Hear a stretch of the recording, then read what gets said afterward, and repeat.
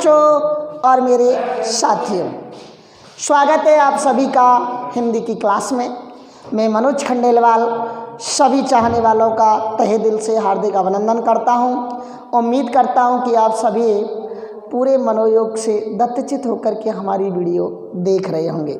मित्रों, इस कोरोना काल में जो हमारा जो जीवन जो अस्त व्यस्त हुआ है, जिसकी क्षतिपूर्ति का खामियाजा जो हम सबको भुगतना पड़ा है, उसकी पूर्ति तो पूरी तरीके से नहीं की जा सकती। फिर भी इस कोरोना काल की अवधि में हमने कोशिश की अपनी क्लासों के माध्यम से विद्यार्थियों के हितार्थ उस कमी को कुछ हद तक पूरा किया जा सके, और उसी कड़ी में हम सब लगे हुए हैं। आज हम हिंदी साहित्य के इतिहास की तरफ चलते हैं मित्रों, और इतिहास में सबसे पहले अपन बात करेंगे आज आधुनिक काल की। कल की वीडियो में हमने थोड़ा सा इसकी पृष्ठभूमि पर चर्चा की थी मित्रों।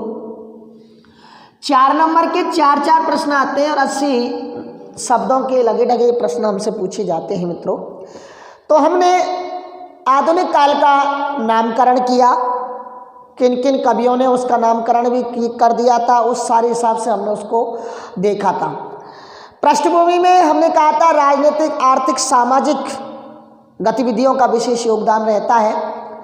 1857 की क्रांति हुई थी, उसमें भारतीय जनमानस में नई चेतना का विकास हुआ, और उस समय अंग्रेजों का जो कोहराम चल रहा था, जो अंग्रेजों की बपौती थी, अंग्रेज जो कुठाराघात भारतीय हितार्थ कर रहे थे, तो कवियों ने उस समय महसूस किया कि अंग्रेज की जो अच्छाई है, अंग्रेजों की जो बुराई है, वो भारतीय लोगों के पास पहुंचनी चाहिए, भारत के लोगों को पता होना चाहिए। फलस्वरूप आधुनिक काल का विकास हुआ। इस काल में अनेक घटनाओं का जन्म लिया, जिसमें ब्रह्म समाज की स्थापना हो, प्रार्थना समाज की स्थापना हो, आर्य समाज की स्थापना हो, अंग्रेजी ढंग के स्कूल कॉलेजों का निर्माण हो। इसी समय, इसी अवधि में कांग्रेस पार्टी की स्थापना हुई। इसी समय मित्रों भारतीय जनमानस, भारतीय राजनीति, भारतीय इतिहास के युग पुरुष महात्मा गांधी का राजनीति में उदय हुआ। तो हमने जब इसका उपविभाजन किया मित्रों, तो उस उपविभाजन के अंतर्गत भी हमने इसको 6-7 पार्टों में बांट लिया। सबसे पहले हमने आधुनिक काल को बांटा था भारतेंदु युग, उसके बाद द्विवेदी युग, उसके बाद छायावादी युग, उसके बाद प्रगतिवादी युग, प्रयोगवादी युग, और उसके बाद नई कविता, और उसके बाद साठोत्तरी कविता। मित्रों, हम यहाँ छोड़ के गए थे कि जो प्राचीन जो मत है, हमारा जो प्राचीन मत है, इस प्राचीन मत में कुछ मिस्टेक है कि आधुनिक काल की जो शुरुआत है भारतेंदु युग की, उसे हम कहाँ से और कैसे स्टार्ट करें। तो पहला जो है, इसके जो मत है, उस मत में हमने 2-3 बात याद की थी आपसे कि बहुत से लोग 1850 से शुरुआत मानते हैं। ध्यान रखना, अपने हिसाब से नोट्स बनाने, और वैसे मैं PDF भेजूंगा। फिर भी 1850 से शुरुआत मानते हैं। और वो 1850 से शुरुआत क्यों मानते हैं? क्योंकि हिंदी आधुनिक काल की जो शुरुआत या हिंदी के गद्य के प्रवर्तक थे भारतेंदु हरिश्चंद्र,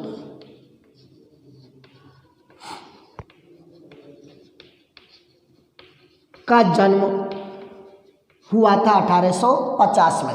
तो यहाँ से इसकी शुरुआत मानते हैं भारतेंदु युग की, भारतेंदु के जन्म से। दूसरे लोग 1857 से मानते हैं। क्यों मानते हैं? क्योंकि 1857 का भारतीय इतिहास का प्रथम स्वतंत्रता संग्राम माना जाता है।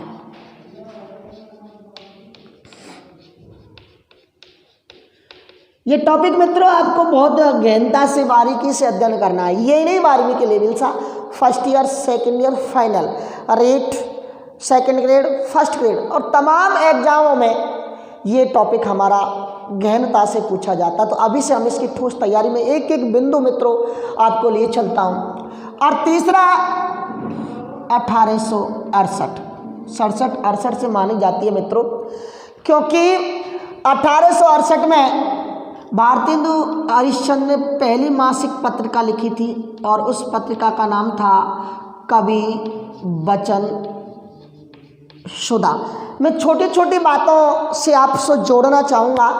कवि वचन सुधा ये मासिक पत्रिका थी और ये मासिक पत्रिका थी जो भारतेंदु हरिश्चंद्र ने लिखे थे।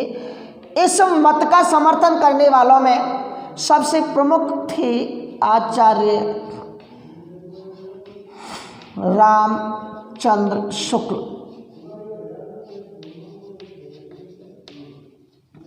इन्होंने तो ये प्रारंभिक जो मत था उसमें कुछ दिग्वंतियाँ थीं।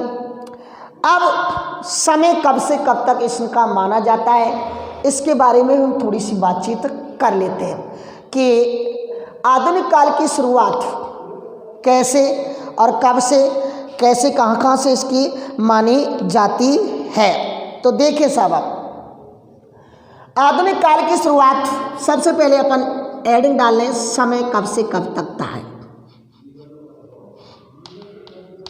मेन चीज़ है हमें इसकी बारीकियां समझनी है सब कि किसने कब से कहाँ से स्टार्ट किया। तो सबसे पहले हम बात करते हैं रामचंद्र शुक्ल की।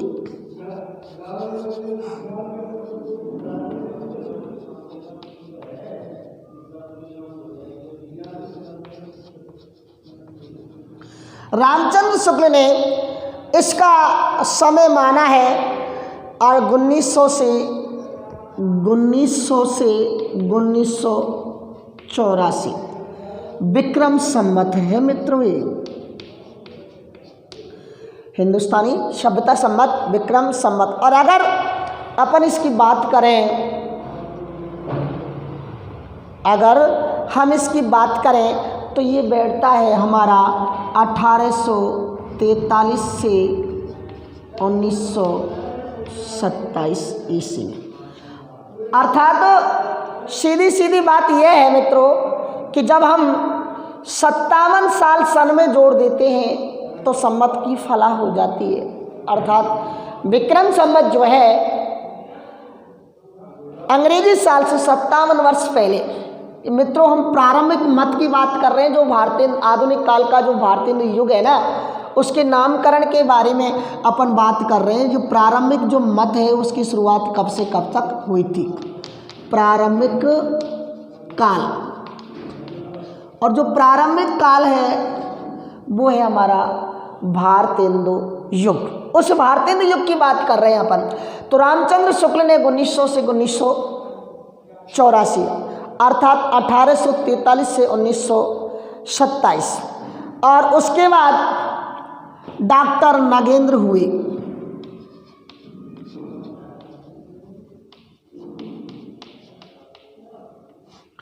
डॉक्टर नगेंद्र, इन्होंने क्या कहा कि 19वीं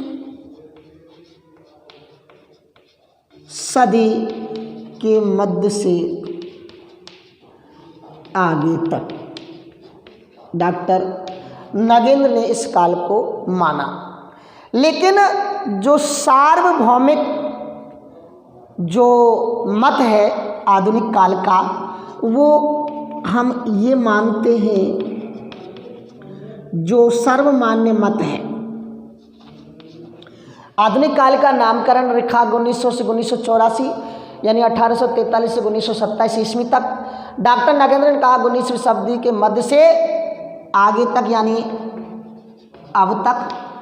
और सार्वभौमिक जो मत है हमारा वो है 1850 से अब तक।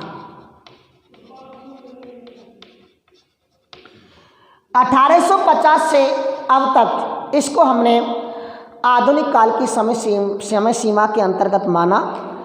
ये अलग अलग कवियों ने अपने हिसाब से इस श्रृंखला को जिया है।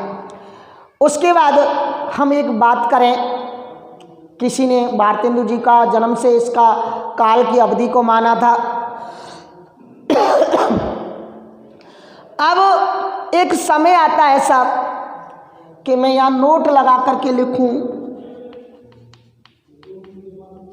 कि 1840 से 1868 ये अवधि बड़ी इम्पोर्टेंट है मित्रों। इम्पोर्टेंट यूँ है क्योंकि 1840 से लेकर 1868 के मध्य में हिंदी साहित्य में संघर्ष काल रहा है। कोई विकास अधिकतर नहीं हुआ था। 1840 से 1868 तक हिंदी साहित्य का संघर्ष काल रहा, इसलिए इस काल को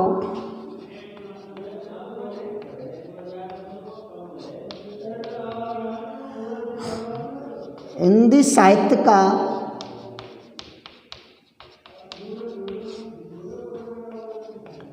संक्रांति काल कहा जाता है।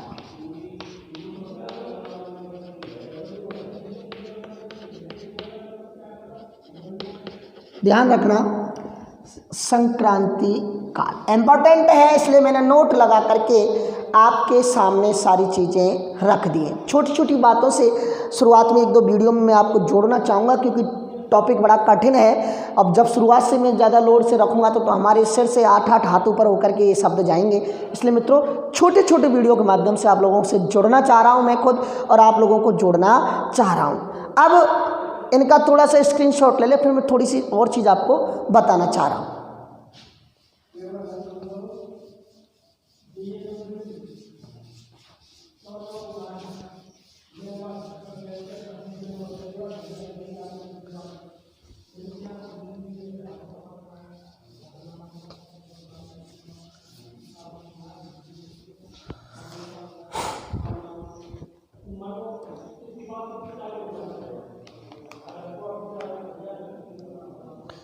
उसके बाद एक और नोट लिखें, एक बच्चन सिंह हुई थी।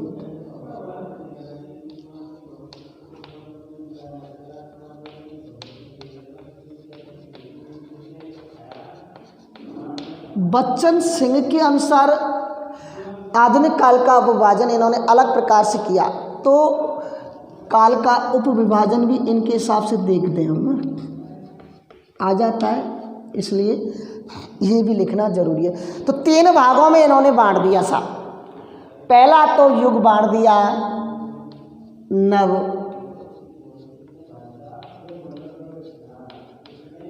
जागरण युग। नव जागरण युग 3 भागों में बांटा था। नव जागरण युग, स्वच्छंदता युग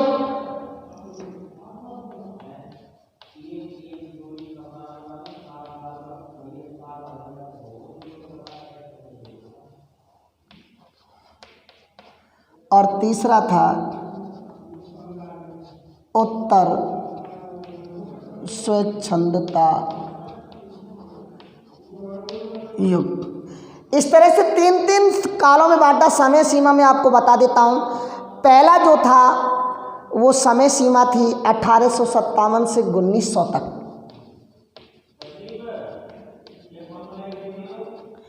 दूसरी सीमा थी 1900 से 1938 तक, और तीसरी थी 1938 से लेकर के अब तक उत्तर स्वच्छंदता युग हुआ।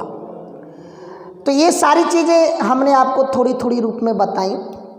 अब मित्रों एक चीज़ और रहेगी थोड़ी सी, फिर उसके बाद अपन डायरेक्ट भारतीय युग की स्पेशल काल के ऊपर चलेंगे, और वो समय सीमा है हमारी।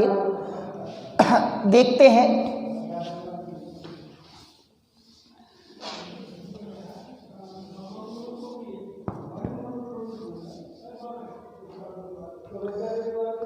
आधुनिक काल का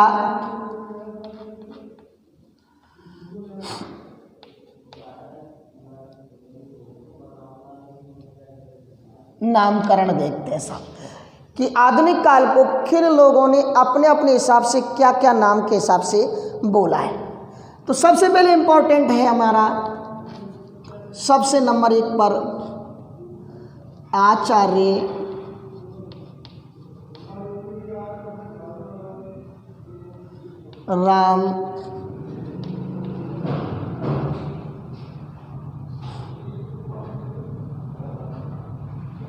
रामचंद्र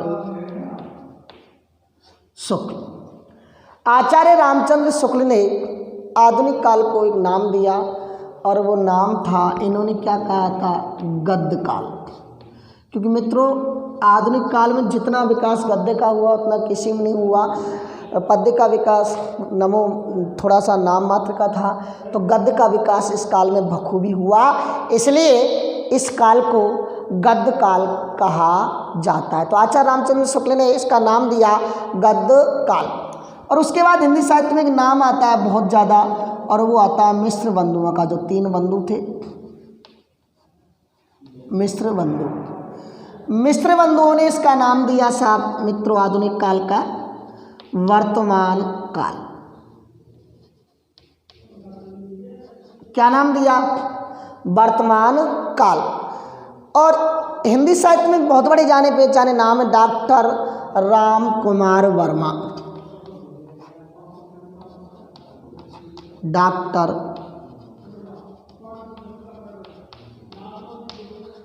राम कुमार वर्मा, डॉक्टर हजारी प्रसाद द्विवेदी,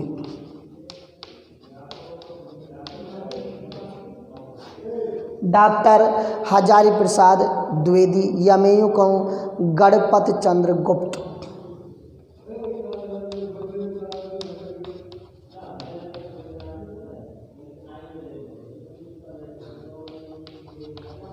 इन्होंने इस काल का नाम रख दिया साहब आधुनिक काल। नाम याद रखना है आपको। क्या नाम रख दिया, आधुनिक काल। उसके बाद एक नाम आया पृथ्वीनाथ कमल।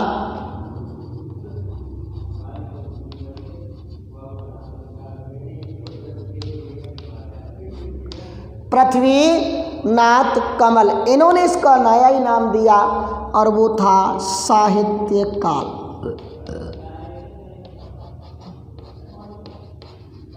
साहित्य काल। और उसके बाद एक और कवि थे और उस कवि का नाम था बाबू गुलाब राय। याद रखने मित्रों आपको, बाबू गुलाब राय। और इस गुलाब राय ने इसका नाम दिया नवीन काल। क्या दिया, नवीन काल। और उसके बाद एक लास्ट लिखा रहा हूँ जिसका नाम था श्याम सुंदर दास, जिन्हें अपन नवीन कहते हैं। श्याम सुंदर दास नवीन, श्याम सुंदर दास नवीन। इन्होंने इस काल का नाम दिया विकास काल।